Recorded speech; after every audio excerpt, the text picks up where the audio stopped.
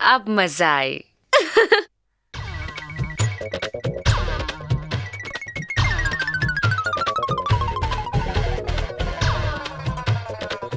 झाजी की अर्जुन? अरे यार देखा ना कहाँ पानी बंद हो गई कैसे?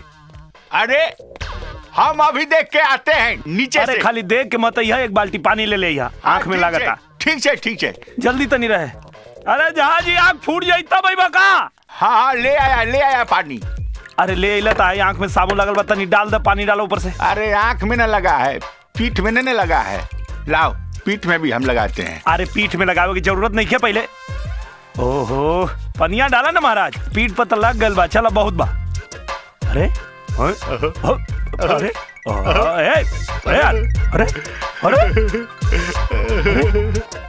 अरे बुलाओ तहार अथवा लड़की लेखा काहे लगता हो?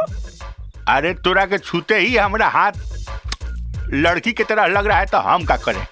हैं?